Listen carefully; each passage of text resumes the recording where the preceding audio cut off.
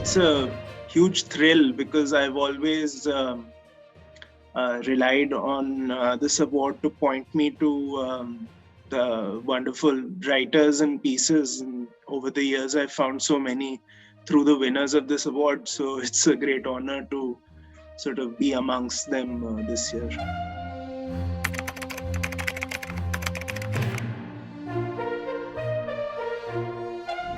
Rather than one particular prompt, it was just watching Hindi film and in particular Hindi historical films over the last 5 or 6 years because I am a film critic, and so that's like my regular job. So I watch a lot of Hindi cinema year in year out. And in the historical films in particular, I just started noticing certain patterns of falsification of history and the rewriting of it, or a convenient selective reading of history, of Islamophobia, of a particular kind of outsiders versus patriots narrative that has been building up, and also this sort of very combustible mix of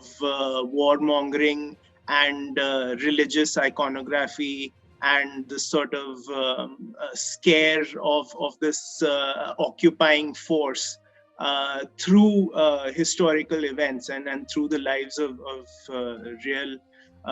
historical figures. And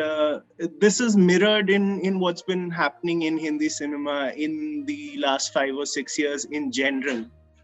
So I just thought that this might be the right time to write this particular piece about what is happening, particularly in the historical genre.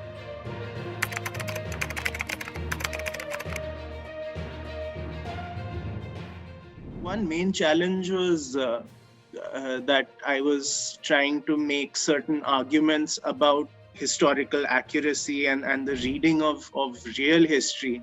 while only having a layperson's knowledge of the subject. And for that, it was very helpful to me to have experts like Rana Safi and Catherine Schofield, Manu Pillai, Rajesh Sevraj weigh in and give their views and sort of tell me also that I am on the right track in certain arguments that I'm making. So that I think that was the biggest challenge, sort of getting the just the historical arguments right.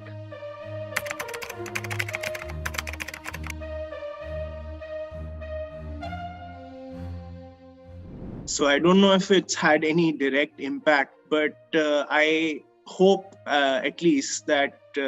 this piece and several others, pieces, reviews, op-eds by a lot of other writers over the last few years have at least created a certain level of awareness as to the kinds of stories that Hindi cinema is now telling, and whose interests those stories serve, and why they are telling it in a particular way, who's being cast, whose stories are being excluded, what communities are being featured,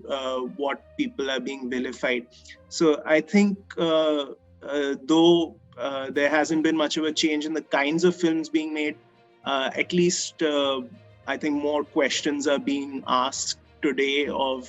certain kinds of films than they were a few years ago. And I hope in some way this article and others like it may have sort of pushed that idea of at least placing some kind of scrutiny on the makers of these films.